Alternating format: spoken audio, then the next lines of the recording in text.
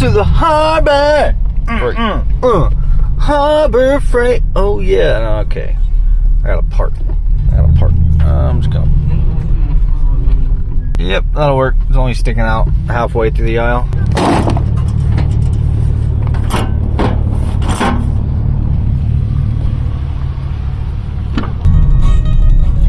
Oh shit, someone's wheel fell off.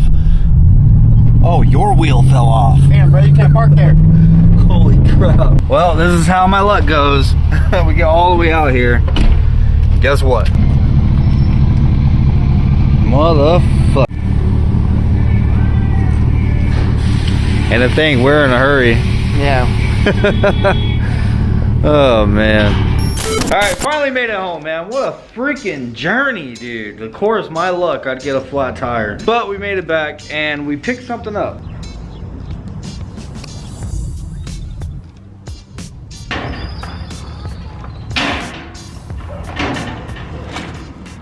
This is a 1999 GMC Sierra, rocking a custom two-tone paint job. Some questionable grille modifications here. No, it does have an LS in it. I don't know if it's a 4.8, 5.3, 6.0 for all I know, honestly. And look at that beautiful patina on the interior.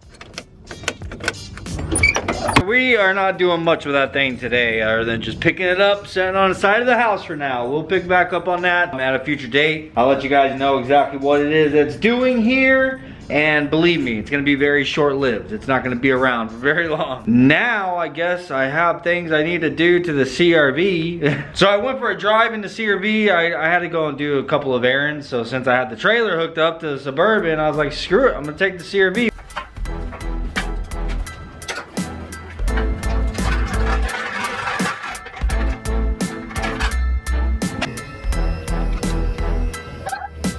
All right, man, I'm thinking it's one of two things. Well, I mean, it could potentially be the brakes that was making this grinding noise. It could be the axle. I doubt it's the axle. I reached in here and I grabbed the axle and you can't really move it. I was also thinking potentially the hub bearing, but this thing does not move, bro. So I doubt it's the hub bearing. I'm kind of leaning towards it being the transmission, bro, which I'm really hoping that's not the case, but we're about to find out.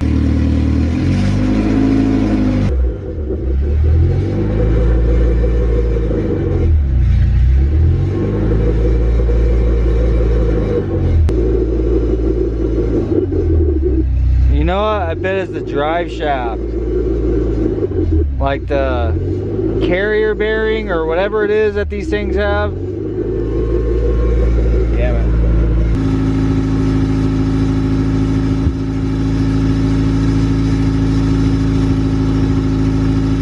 Well, I don't know, man. The entire engine moves, which is terrible. Like the mounts, I think the T-bracket in the back, the bolts are loose. These torque mounts in the front, this one is missing the bracket, and this side is actually just missing the mount. There's no mount on this side. There's a mount on this side, but the bracket's missing, so. But that grinding sound, bro. After I turned the camera off is when it started doing it even worse. And that was actually sounding like it was coming from either the, I don't know, the transfer case or the transmission, maybe. It's so hard to tell, bro. It sounds like there's just noises coming from freaking everything, man. Bro, so Junior stopped by, helped me look for what was making the damn noise. It's really hard by myself because it would only make the noise if you kind of hold the brake pedal a little bit. Man, y'all ain't gonna believe this. What? You see that shiny spot right there on my drive shaft? That little hanger underneath it was completely bent all the way up to where it was touching the drive shaft. That is what was making all that freaking grinding noise, bro. I seriously thought it was the transmission there for a second. Anyhow, we're gonna hit the road right now.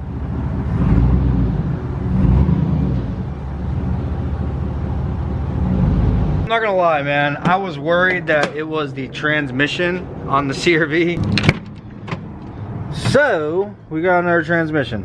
When I hit up Junior, he just recently parted out a CRV all-wheel drive automatic CRV. So he had this transmission sitting. He was about ready to take it to the scrap yard. So I mean, it's an automatic transmission. Nobody cares about these things. Nobody ever really wants them. So anyhow, shout out to Junior. He let me have this. So we have a backup transmission. He said everything was good with this one. So if we ever do have any problems, I don't know if I've ever mentioned it to you guys, but the transmission was kind of like not shifting correctly. I mentioned in a few of the videos, like whenever we were out trying to off-road it, I ended up doing a fluid change, and I put the correct fluid in there that's supposed to have, and it's been like normal now. So I think that's all the problem was just fluid. I'm not gonna take this thing out. I'm gonna leave this in the Suburban for tonight, probably take it out tomorrow. If you notice, what else is on there is the torque mount. So I have this mount, it's on the CRV, but I'm missing this bracket, and this right here is the driver's side one.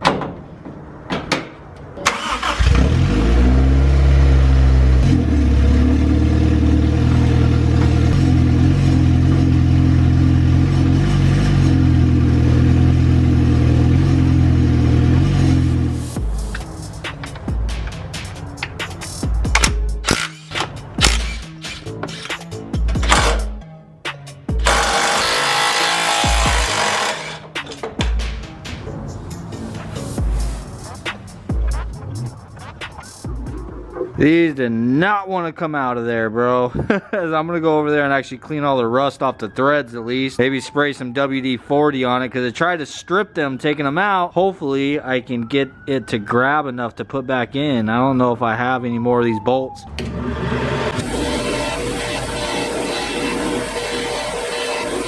Well, it turns out I gotta find 2 more of these bolts anyhow, because I need 2 bolts for the other freaking mount, because the other mount's completely missing altogether and there's no hardware for it. Just kind of skimming through the top here, I was able to find one.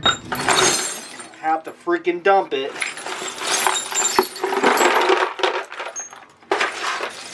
I always hope I can find something on the top, you know what I'm saying, so I don't have to dump this freaking thing, because it's a pain in the ass to have to pick it all back up. But the problem is I have a lot of Chevy bolts in here, like GM bolts, and then I have a lot of Honda stuff also, so it's just all mixed up. So I'll find a freaking bolt that looks a lot like it. I could tell that's a Chevy one, but anyhow, I found a nut that actually screws onto it, so I'm using that nut to check the thread on the bolts that I do find, and most of them, the thread doesn't match up, and that's mostly because it's a GM bolt.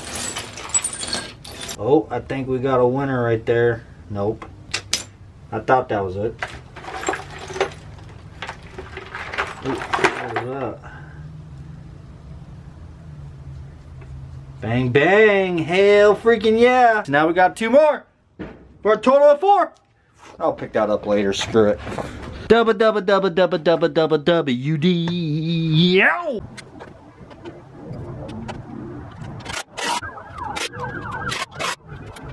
Alright, torque mount is in. Driver's side torque mount is also in. And yes, I did find out that it wasn't the bolts on the actual T-bracket. It was only 1 bolt on the actual mount where it bolts to the subframe in the back. And it was allowing the mount to lift up, you know what I'm saying? So I got that tightened down. The engine feels a lot better by hand. I'm interested to see what it looks like if we're able to get it to rock again with it in gear.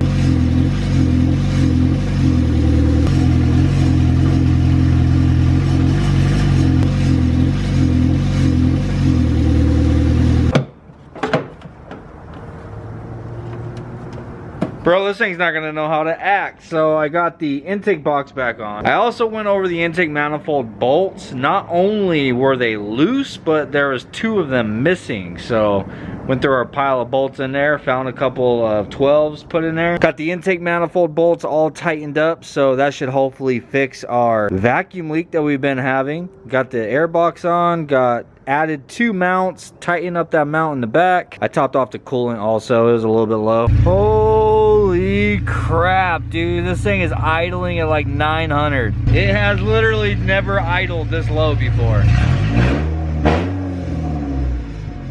It's not bad, dude. Now all I need to do is just go down and get the exhaust done. I would do it myself, but The thing is so low now. I want to take it down to the guys at America Muffler, have them do it, because they have the pipe bender and all that kind of stuff and a lift. It's just easier for them to do it. And of course they are a lot more experienced with it than I am, so they can actually get it tucked up there nice and tight. Because believe me, I do want to put a full exhaust back on it. I don't want it to be all obnoxiously loud the way it is right now. I want to quiet it down. So now I'm going to go ahead and let it warm up. I want to check the transmission fluid one more time, make sure that it is perfectly topped off or not a little bit low or anything, and then this thing probably feels a lot better on the road now.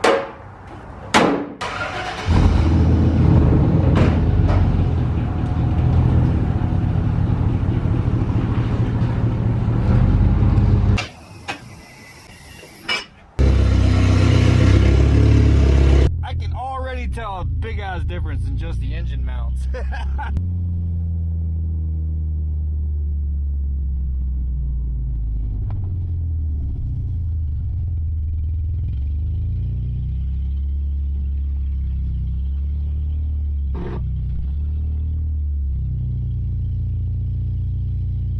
Maybe after we get the exhaust done and I actually have an O2 sensor on this thing, we might be able to get rid of the check engine light.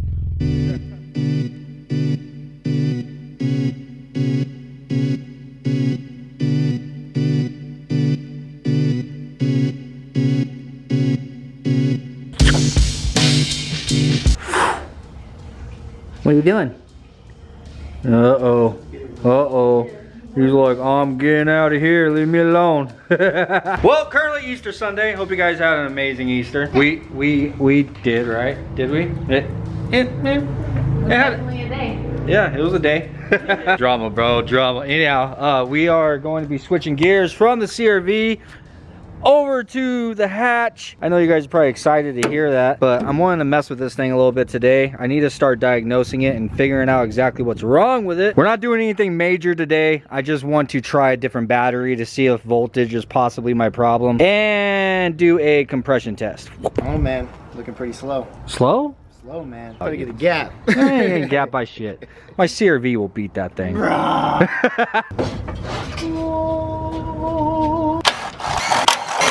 Timber! Come on, Timber. Yep. I know. This battery don't ever want to come off peacefully. It always wants violence. It says, I choose the violence. Where'd my other freaking washer go? Great. Negative. Positive. See? Batteries are like life. You have to have an equal amount of negative and positive in your life. If there's an unbalance of negative and positive, then you have problems. That is very true. Shit, which one was positive? Oh crap. I should have freaking labeled these damn things. Oh, this is negative. Alright. Alright, battery upgrade is complete.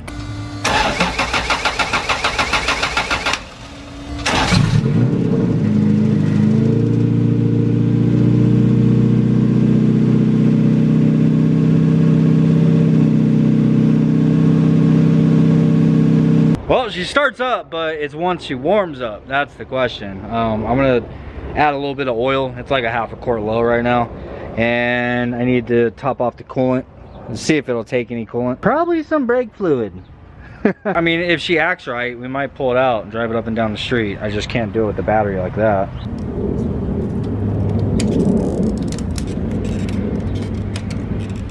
Try it. Shit, boy, that ain't going nowhere. Bro, how many bolts are in that bumper support board? 2? Better than one. 2's better than 1. Aerodynamica. I don't care what anybody says, bro. That's legitness. That's legitness right there. Going nowhere, bro. That is test drive ready. Water and oil is topped off, and I pulled the dipstick on the transmission. We're looking good there. If you guys know, then you know. Haha. I'm sure the oil is fine on the transmission. Anyhow, and we got 12 volts of power. 14 as soon as we crank this baby on. Cold start. Cold start. Cold start. First try.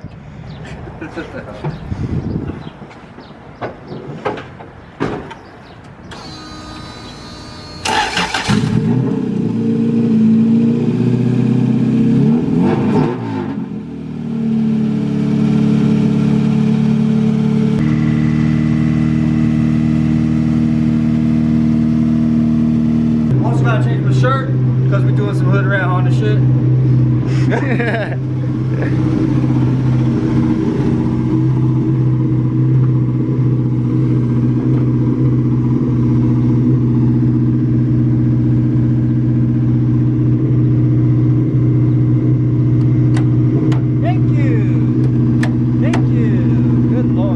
Finally, huh? It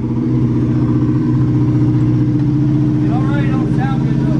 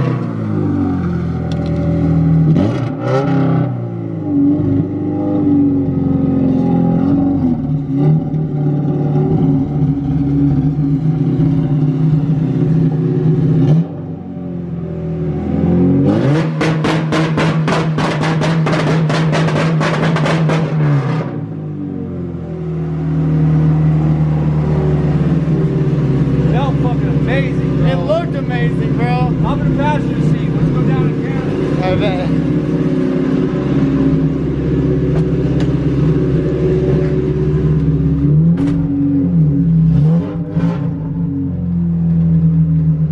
Oh, it looks so good.